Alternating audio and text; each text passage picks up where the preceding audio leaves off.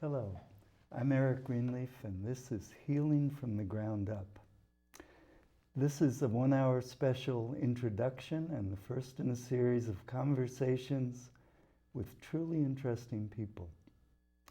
Across from me is Leslie Gray. Dr. Gray is a psychologist in private practice in San Francisco and the founder and director of the Woodfish Institute, whose wonderful motto is Education for an Ancient Future. And right next to me, Linda Schneider, who is a classical pianist and teacher and composer, and also the founder and director of Self-Sustaining Communities. So welcome to you both.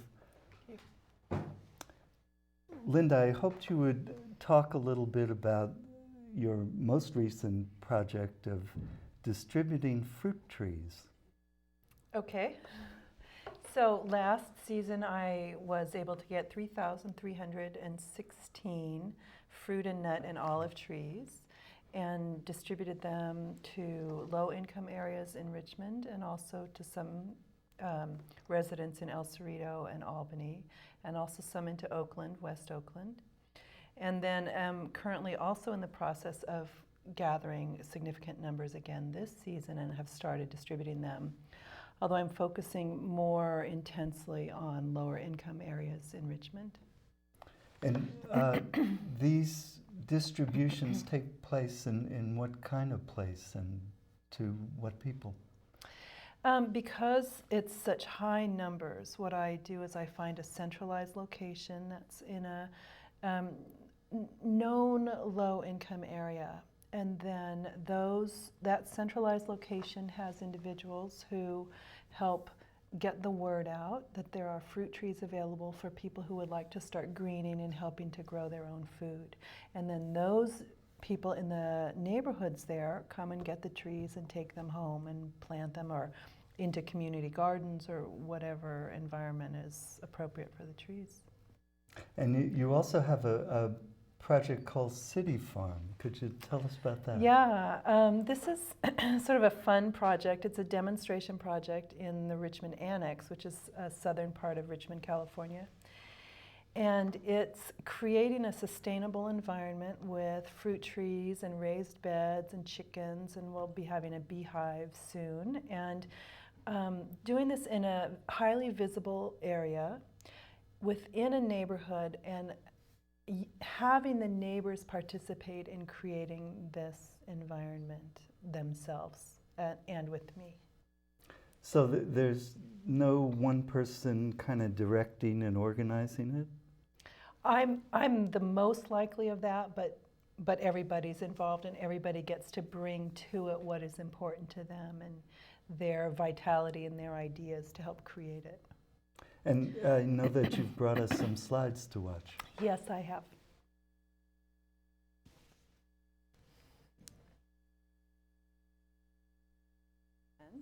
Jeff planned and built the gate. Intern Mark watering and planting the apple tree. Soil scientist testing the soil.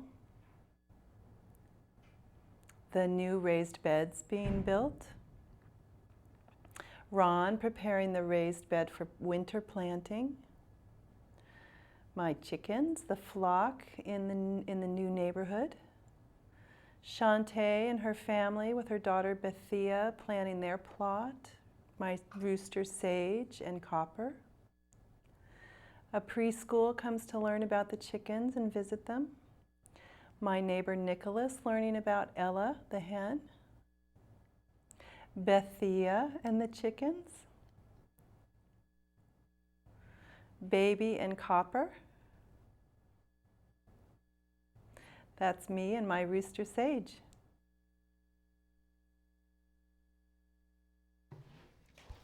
Leslie, I was wondering, as you think about these community-based projects where people are doing something as a group and as families they may never have done before in urban and poor settings,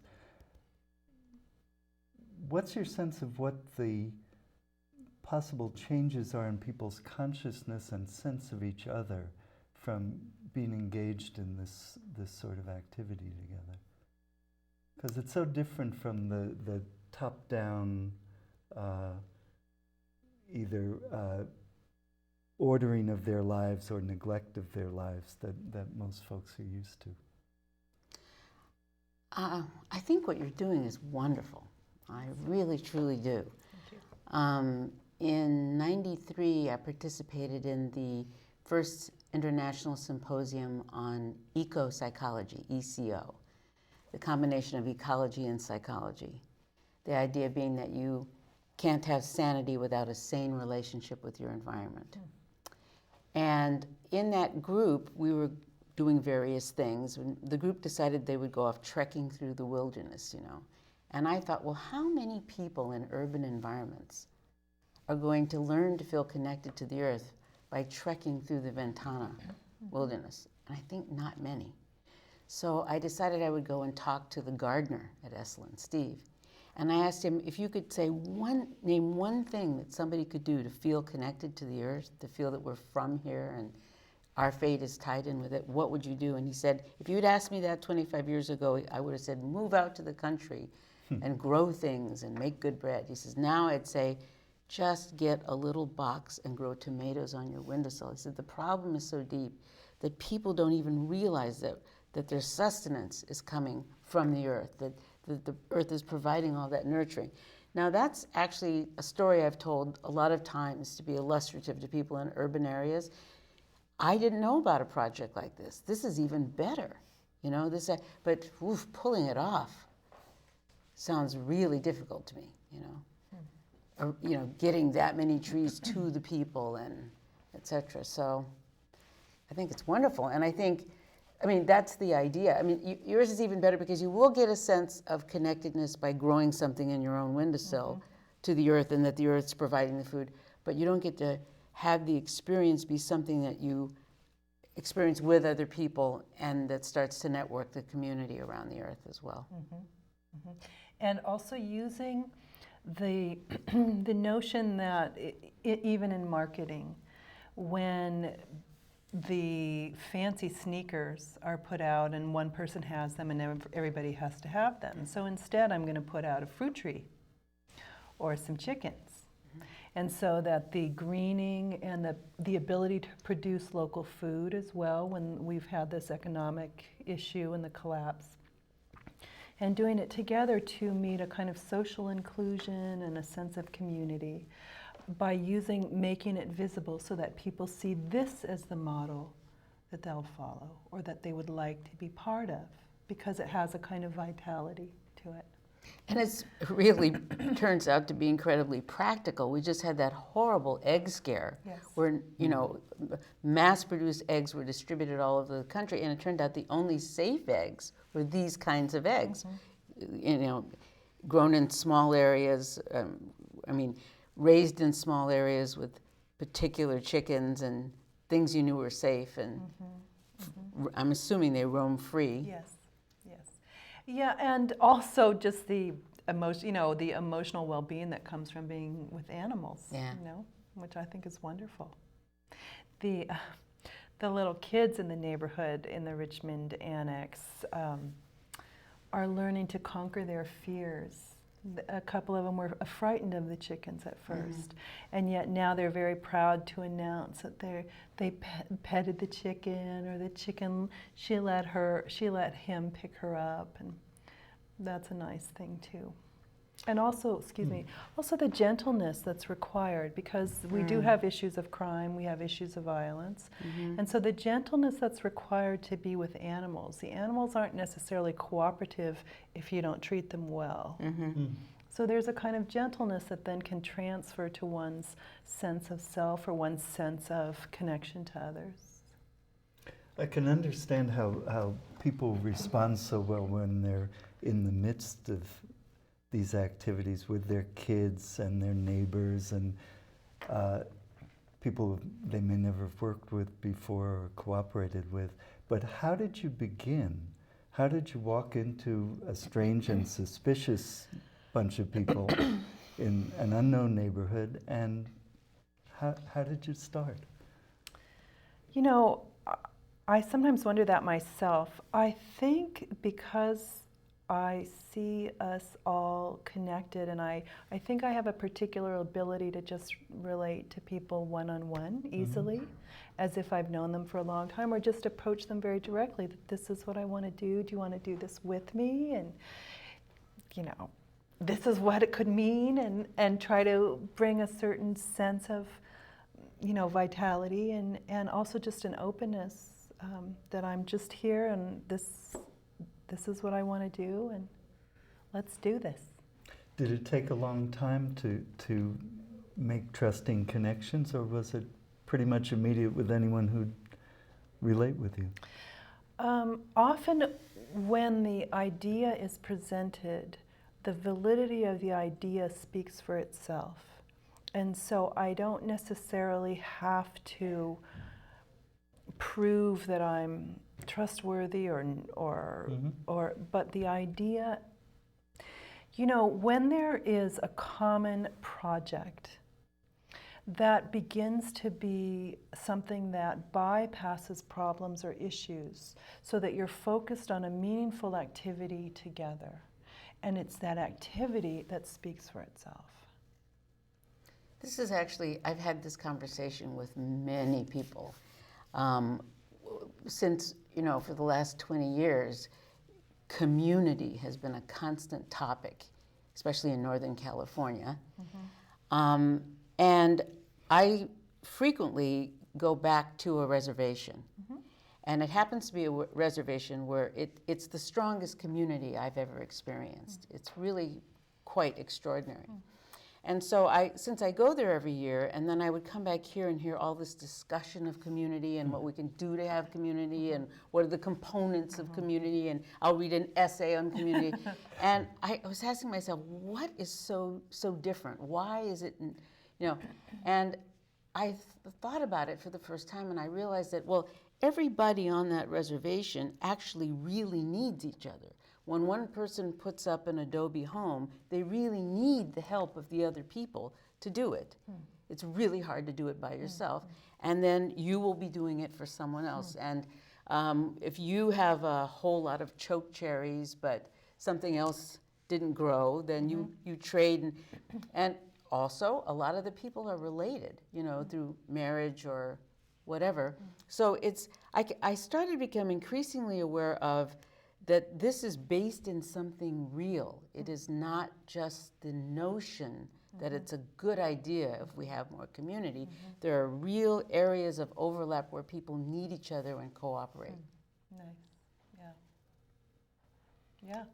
So you've kind of hit that sweet spot, and so you don't have to have a lot of advertisements for your trustworthiness. People feel the need, see what it can actually fill, see the advantages, and take the opportunity. So, Right, that's right. And everything is moment by moment. So honestly, trust is something that's built, and it's built through participating in something meaningful and having the problem solving that comes in that. I don't think I can legitimately say you have to trust me 100% from the very beginning, because how have I proven myself? So I'm not sure that trust is necessarily an issue. I think it's kind of a practical doing. Yeah, that certainly makes sense from all our various experience, either as teachers, therapists, or organizing groups. When you speak with people with power and authority, like the business people who donated the trees, and you approach them in the same open way, are you getting the same kind of good results? Or how does it, if it does, how does the conversation differ when you're talking to someone who has things to give away, or is it the same? I think everybody wants to play their part in this process, and it's a very exciting thing for people to participate in any number of ways. And so the businessman who is excited that he now gets to give something and gets to feel good about giving these trees, or the politician who sees something vital and meaningful, and there's a tangible vitality that is evident in even them thinking about it or him thinking about it. I'm thinking of one in particular. And my personal take on each person is that everyone is unique, everyone is individual, and yet they're part of this whole community, whether they feel it or contribute to it or not. And so I see each person as their unique individual self, and they have things to offer, and they have things that they need. And I want to be sensitive in my communication with them to whatever that is on both ends. What they want to do that creates vitality for them in participating in this process, and what they need in terms of their own personal growth. And is there any little comment I can make that would just acknowledge that or be helpful in some sort of way? And as therapists, of course, as Leslie and I are, we ordinarily do that in the same way that we would engage someone according to their feelings, interests, and desire to participate in some mutual and collaborative enterprise without a clear outcome that benefits them and is reasonable for us. But I'm interested also, Leslie, in your experience when you've taken ancient traditions like respect for the land and community, and also shamanic methods from ancient practices into modern therapeutic and institutional settings, and how you're received and how you go about educating them about an ancient future. Well, in my private practice, it's a very pre-selected group. They've read something about me, they've been to my website, or they heard a talk, or they read an article I wrote, and so they're coming ready to experience the blend of ancient and modern. And I find it's very easy. I mean, you just scratch the surface, and this is things that, it's just quintessentially human, the kinds of things that go on when you involve ancient practices in psychotherapeutic work. But when I'm invited to go to an institution, there's likely to be people that had no idea what they were even showing up for in the circle. Yes. Like I did a couple of trainings at Kaiser for their outpatient psychiatric staff, and whereas certainly the people who invited me and a few of the people that are leaders of the group certainly knew why I was there. Obviously, there were people who sort of brown bag lunching it and show up and I'm there. And so I find that if I just go right ahead and do it and make sense and am interesting, it works.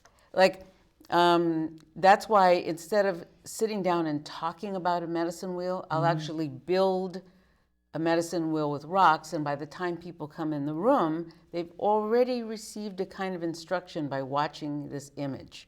And it's a very kind of mesmerizing image, and it's sort of so familiar and engaging to have rocks in front of you. And then I just start talking about the rocks, and it just incrementally goes like that. And before we know it, we're talking about very complex ideas of interconnectedness that the wheel is actually about. So that becomes a kind of template for people's own experience, whether psychiatrically or in their families or in the world at large, that has a place in the medicine wheel. Yes, and also I very slowly work it into our all getting up off of our chairs and moving around the medicine wheel, and then asking the medicine wheel questions, and then drumming and it's sort of, by the time it's over, that's when people realize, my goodness, I think I might have just gone through a ceremony. And you actually get psychiatrists to do this? Absolutely. And do they ever balk and say, no, well? Not at all. Not at all. I'm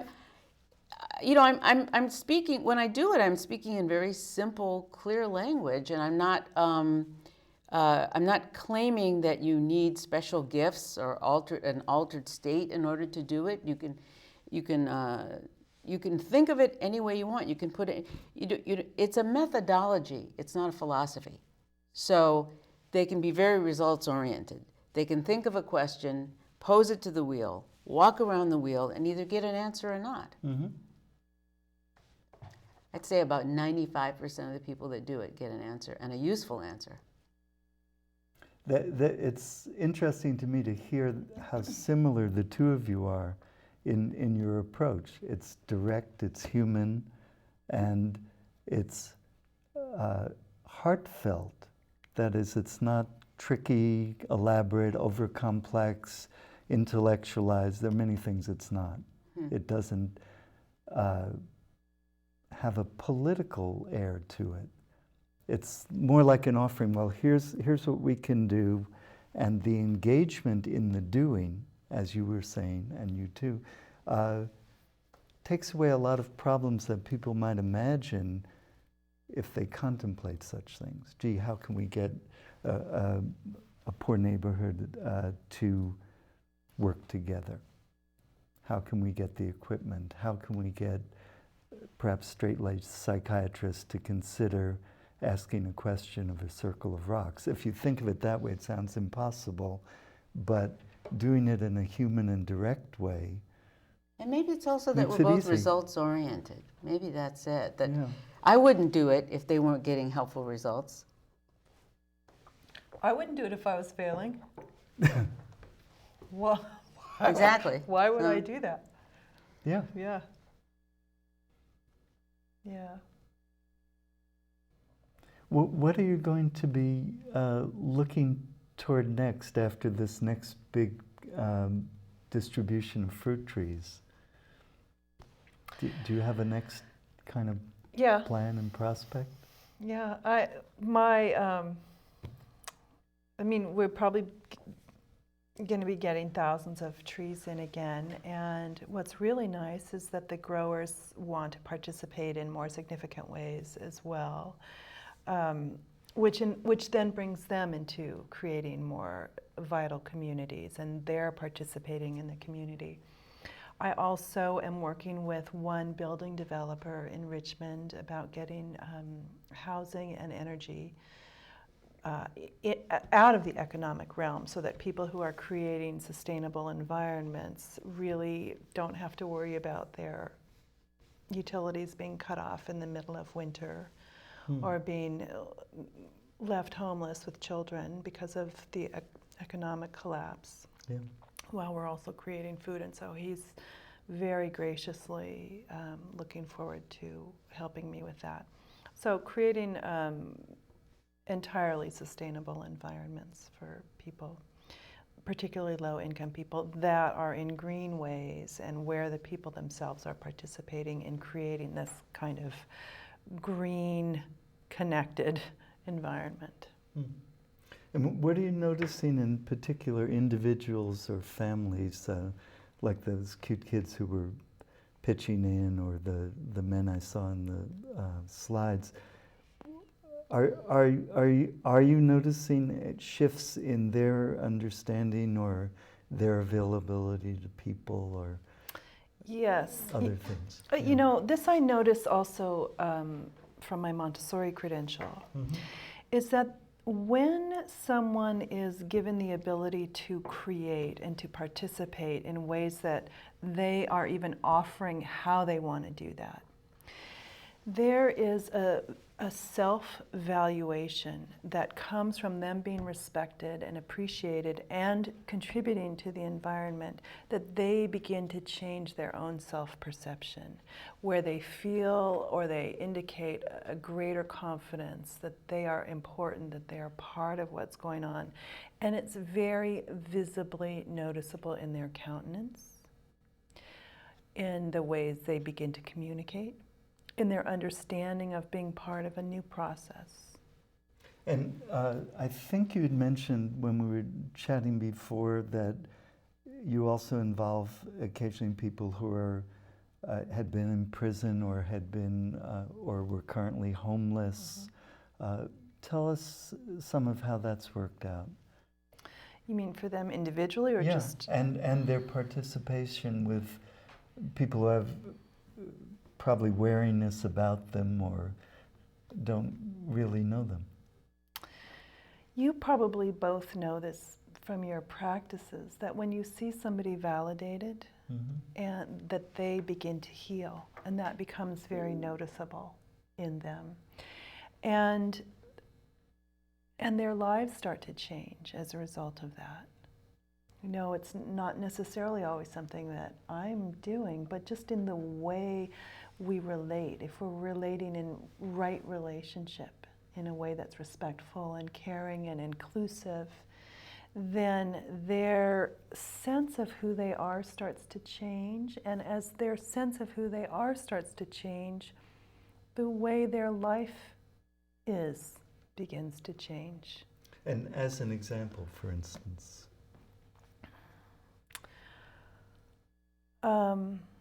Well, one fellow who was having, when I met him, was living in a cargo container and started working.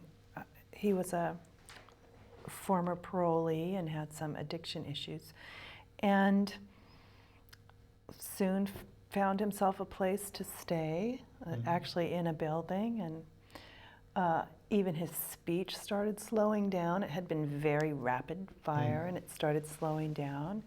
His appreciation of himself started to change, and he began to reflect a self-valuation that I just was noticeable in his conversation. And as he realized that he was part of a process that he could understand and was helping to create and to contribute to, I noticed him reaching out to some of the children. I noticed him thoughtfully reflecting on what he was part of. There's another little boy who's 6, and he's been out there shoveling and really significantly helping, and I can see his countenance change, that he knows he's an important part of this in a way that I know will help form him as he grows. Does that answer your... Oh yeah, I have the not original notion that these things you're describing, as well as the ones Leslie described, are originating ceremonies. That is, coming together with kids to help them plant something in the same manner as bringing the medicine wheel to a psychiatric facility makes a ceremony.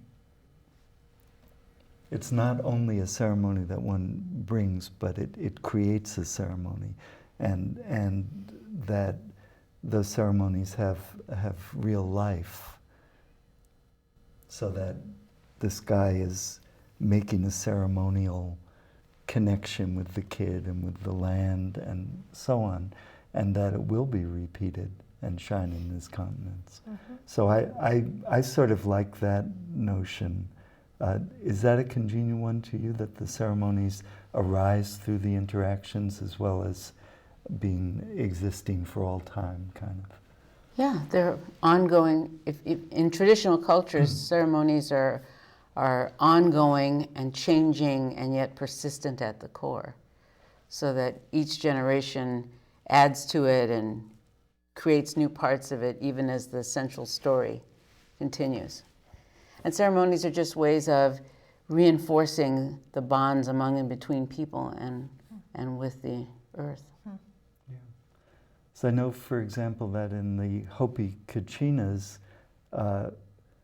those embodiments of spirits have sort of fads and fashions, and some will disappear for decades and then show up in a kiva at some time. Has that been your experience with traditional kinds of ceremonials that you've learned or witnessed?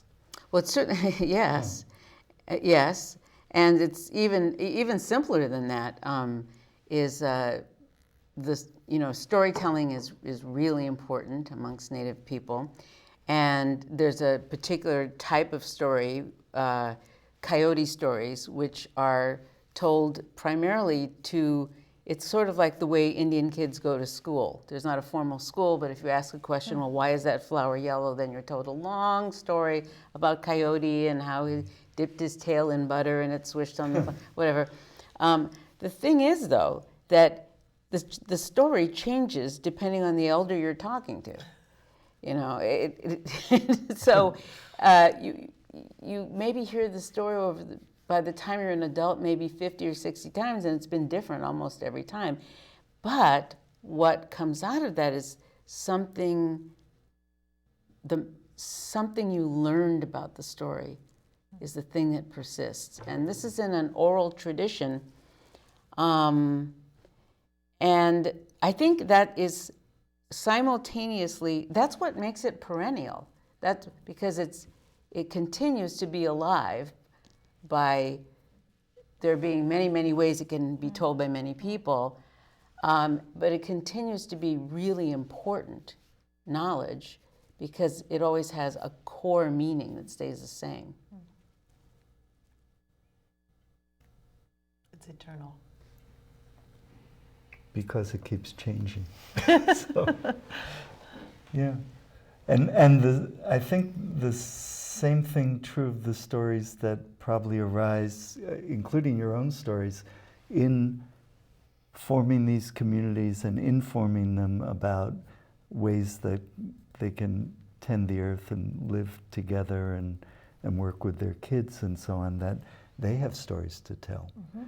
So the guy who was living in a carton and now lives in a building has a story to tell and a ceremony surrounding that story. He goes each day to help out in the city garden and so on. And he instructs the kids. And that becomes part of their tradition. So it's not just delivered traditions, but developed ones too that I'm hearing you both speak of. And certainly the psychiatrists are going to be doing something a little different with their patients when they come on an impossible problem. They may say, well, why don't you ask the question and see what comes to you? Or provide a rock as a visual anchoring place for somebody who's distressed, and say, well, why don't you ask that rock? So I like the way these are very living traditions. Are there other ones that come to mind, Leslie, when you think about the interaction between ancient traditions and modern life, and that you're particularly fond of or that you find very effective? Other kinds of ancient ways or Native American ways that you utilize? Well, I use so many. I'm trying to. You had mentioned drumming, for example, which kind of caught my attention. Yes, I use drumming with individuals and drumming in groups as a way to access non-ordinary thinking for extraordinary problem solving. Problem solving in the way that you might get it from dreams or reverie or fantasies or meditation, or, to just get out of the ordinary linear thinking to get a solution to something that you might not ordinarily have. And that's the purpose of the drumming. And people catch on to that very quickly. And I think that it's also very nice that the drumming is to lead you to think in a non-ordinary way about impossible problems or difficult situations. Because conventionally, in the larger culture, we talk about having a dream, or I dream about going to college, I dream about starting a business, I dream about marrying, having kids. Or even Martin Luther King Jr., I have a dream. That function of dreaming in old cultures that not that they're prophetic, but that they're leading, that the dream leads someone to develop a new dance or move to a new territory for hunting, or to engage in a new way of relating within the small tribal or hunting group is very compelling to me. And I was wondering also, Linda, if you had these activities as a dream or just kind of started doing them. How did it come to you to take this on? And I think it's a combination of linear and nonlinear. I wake up with what needs to be done. It's just in my head. And then other times I think things through, and then others are absolute application of training I've had and skills and experience in working with other communities or kids, and knowing really what works, or working as a teacher and knowing how to get things done, and seeing the vitality that comes seeing the vitality that comes with certain ways of doing things. So I like that way of saying it. Seeing the vitality that comes from ways of doing things. Yeah. So I do like nonlinear, and I do like intuitive and the inner life rising up to really inform a lot of the work. And yet I think it's in relationship with the conscious and the linear way. I don't think it's one or the other. I think it's a union of both in a whole kind of way. And then of course the collective mind, that I'm really in relationship with all the people that are involved, and they have their inner life and they have their linear and nonlinear, and what they bring, and how that then reorganizes the whole structure of it. I like that phrase, the collective life, because particularly in modern day America, and it does seem to me that there's this notion abroad that everyone's an individual, and that we all have our interior issues and processes, and that's that. And so you don't like it, get off the bus, in its crassive forms of cruelty. And I just like the notion that we're all in this thing together, whether we know it or not. But how you engage people so that they feel that is very intriguing. And certainly some of these existing and ancient ceremonial ways really provide a pathway to a collective understanding. Everyone who went through the medicine wheel, even for the first time, was part of an ancient tradition without ever having studied it. Yeah, I think we live in a culture, probably, my guess would be, where far fewer people know how to utilize extraordinary sources of information in order to change their life than maybe any other culture that's been here before. You know, you said just a moment ago that you like to have the dreams inform the practical doing.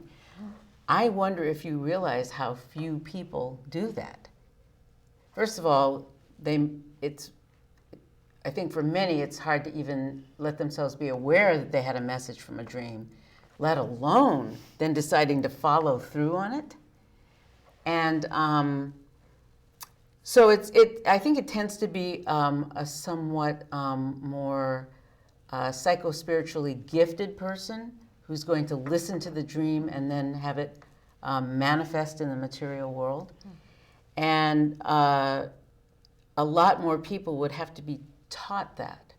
And that's what I do in my workshops and in my individual work. I teach people how to access the information, realize they have it, and then apply it. Good. Thank you for doing that. That's really important to do. I do think that there's a powerfulness that comes, you know, Carl Jung, I guess, said when you have this integration of the unconscious and the conscious, this wholeness that then comes in. That's why I actually named it self-sustaining communities, because it's about it's not only about environmental sustainability, it's about sustainability of who we are as human beings. That we're not trying to just have a persona that, oh yes, we should be this, or oh yes, we're individual, we're not connected.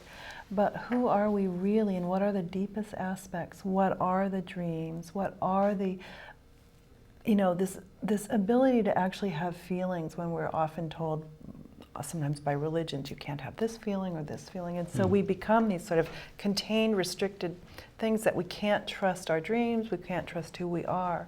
And so part of this self-sustaining is sustaining the self in the Jungian definition, the wholeness of who we are, which is the need for connection with the environment, the need for connection with people, the need to be participatory, the need not to have this hierarchical structure that, that needs to tell you who you're supposed to be or not be, and what you're supposed to do and you're not supposed to think or participate.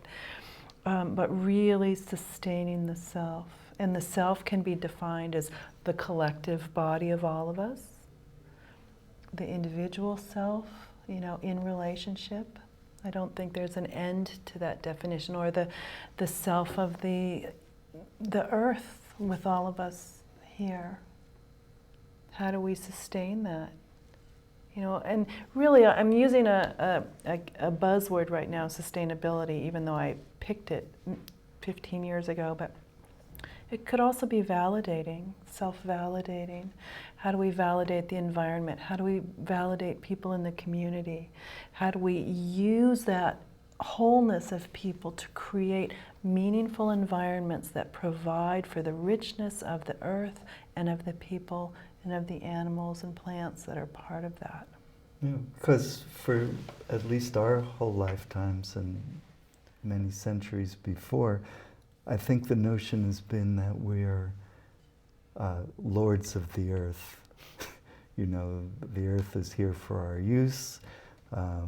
Our gods have put the stuff of the earth, the animals of the earth, the minerals of the earth, the seas, the skies, for us to exploit and to command. And that has backfired. Has backfired. That has backfired Big time. Yes. So the idea of reminding everyone that we have to be self-sustaining, we walk on the earth, we swim in the water, and we breathe the air, would seem to be obvious, but how do you figure that got lost during our lifetimes and before? I don't even know if how it got lost really matters. Yeah. The point is that it can't be lost anymore, right? And I think who we are as people is what we create in the world. And so if we are negating of ourselves, if we are negating of our feelings, if we dismiss our thinking or anything else, then what we create is still out of that controlling, minimal lack of allowing ourselves to be who we are. We create that in our world. So we want to have a kind of healed self so that then our actions in the world are contributing to a healing environment or to a sustainable environment. So I think it's in relationship to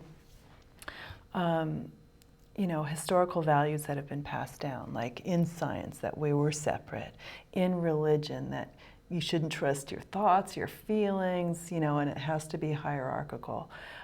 When those old models are set aside, I think one of my teachers said that Socrates said you can't point to what's true, but you can point to what's false. And when you point to what's false, it falls away and the truth is allowed to rise up. So as we are truly who we are, then what we create in the world is meaningful and sustainable. And I guess you're implying and would say too that who we are has to do with the world. It's not separable from or cannot be imposed upon the world. We do have to breathe the air of the world, care for the animals and people of the world and so on. There's I an think, expression that Alan Watts has used that I really like, and it's that the earth peoples like apple trees apple. Oh, that is nice. And that's the sense we have to get back. The earth peoples like apple trees apple. Yeah. And then the how-to is what you're both engaged in. How to gently remind people of their connections with each other, with the earth, with the others, the whole otherness of things. It's not just a matter of prayer to an invisible deity. Everything is other and has to be related to, would be one notion that I think is traditional, I don't know. Everything is other? And needs to be related with. Everything is not just a reflection of us. The birds are not identical with us. Our neighbor is not identical.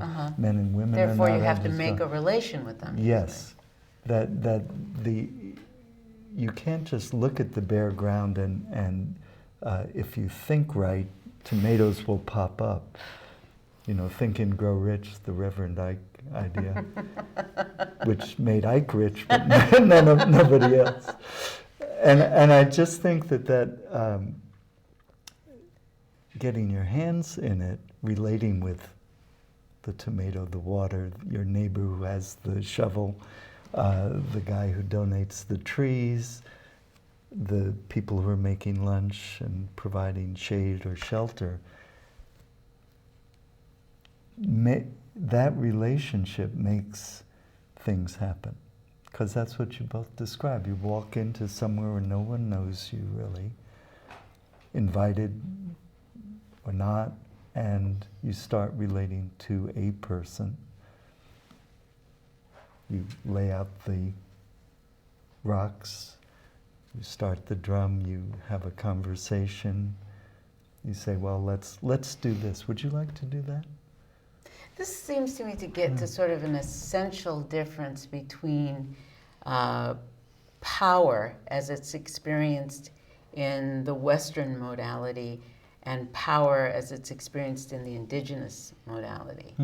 And the indigenous idea is that power is not static. You know, you don't make people do things, pile up enough wealth and hoard it.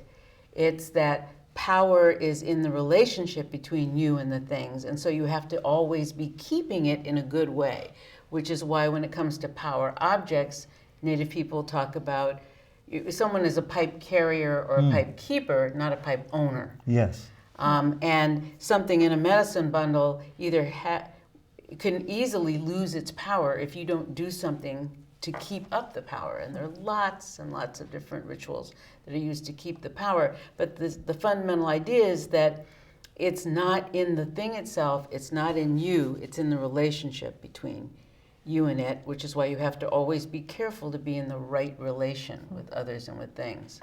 That's right. There's no kind of iconic success in that, like, oh, well, now I'm the senator, therefore so and so, without any thought for relationship with the constituents. So it has to be, or in male-female relationships, where the caricature is that the woman says, you don't tell me you love me, he says, I'm here, aren't I? That would be an example of owning rather than relating, I think. So, well, we're married, and so on. And there's a lot of that, I think, going on, a neglect of relatedness that makes power disappear or makes it twist in bad ways, where no one is thinking about the people they represent or the activities they're doing, like the oil spill, where people didn't do their jobs and then they just turned away. They didn't keep a relationship with the slurry, the sand, the workers on the rigs. No one's even thinking about simple things like whether or not this particular family can pay this particular mortgage. Yes, I yes.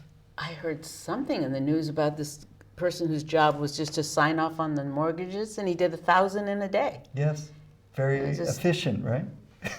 Very productive. So what's evaporating is any sense of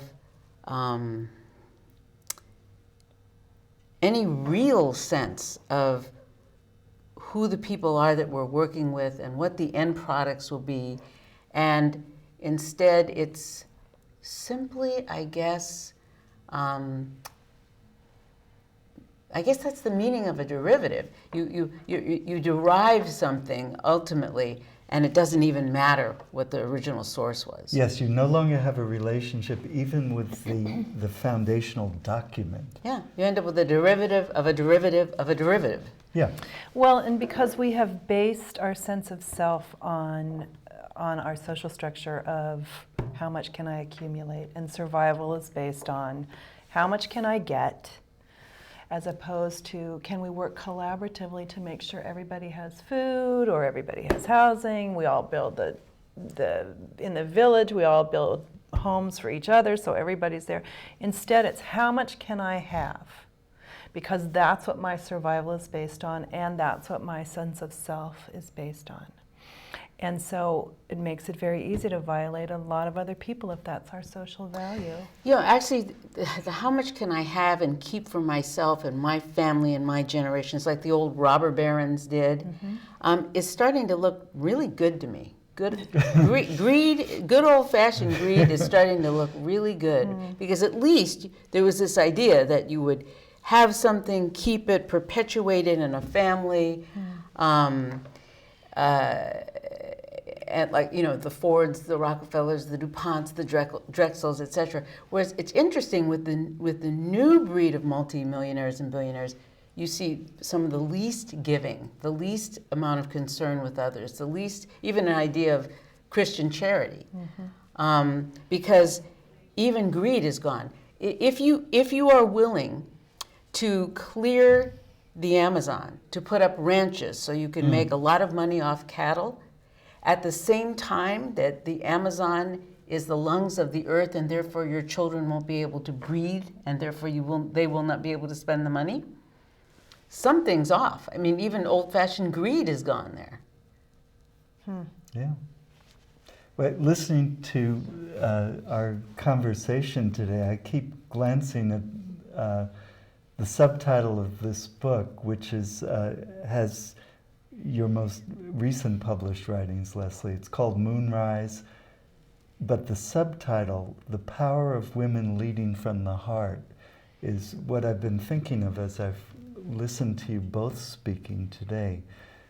Not leading from a hierarchy or an idea of how things are supposed to be or an ideology, but from a heartfelt sense of relationship and experimentation, to acquaint people with something new, get them engaged with it, and then see what develops and how they develop as people and in their families and businesses and so on. So it's been very moving to hear some of the things you've said, because I know that each of you and both of you have put yourselves into the work and put yourselves out to the people you work with in ways that don't allow much taking back, that you have to be there, make the connection, and then see what happens. And that takes a lot of courage and that kind of feeling that you must be the woman you are. You're not going to be somebody else, and you'll encourage others in the same way. So, and the root of courage is cœur, which is heart. That's true. Is it etymologically true also? That's what I'm saying. Then yeah. I'm triply happy. No, that central, it's from courage, you know. Courage, That central core word means heart. Yeah, and I think it's what you engaged in the speeded up guy who was living in a carton, essentially, that his heart got re-engaged. He wasn't just on the run or And he you got know, looking for encouraged. drugs. And he got encouraged also. Exactly. And also, that those who are more destitute or have very, very difficult lives, there's a polish because they've suffered that they understand things sometimes in a deeper way. And they're also more able to receive than someone who's been very sheltered or well-to-do, that they don't have much need for something to be different. And they have become very comfortable in the way that they are. So someone who's had a really rough road understands things, understands the way of the world, understands people, and also has a lot of room to heal and to make things different. Yeah, both true. A lot of understanding of suffering and a great openness, if you can only engage the person as you do, to allow them to heal. And so I want to thank you both very, very much. I always love talking to each of you. Thank you. And to both of you together. And to invite everyone to join us for this series of interesting discussions that will be broadcast on this channel. And to remind you that I'm Eric Greenleaf, and this show is called Healing from the Ground Up. Thank you very much for watching.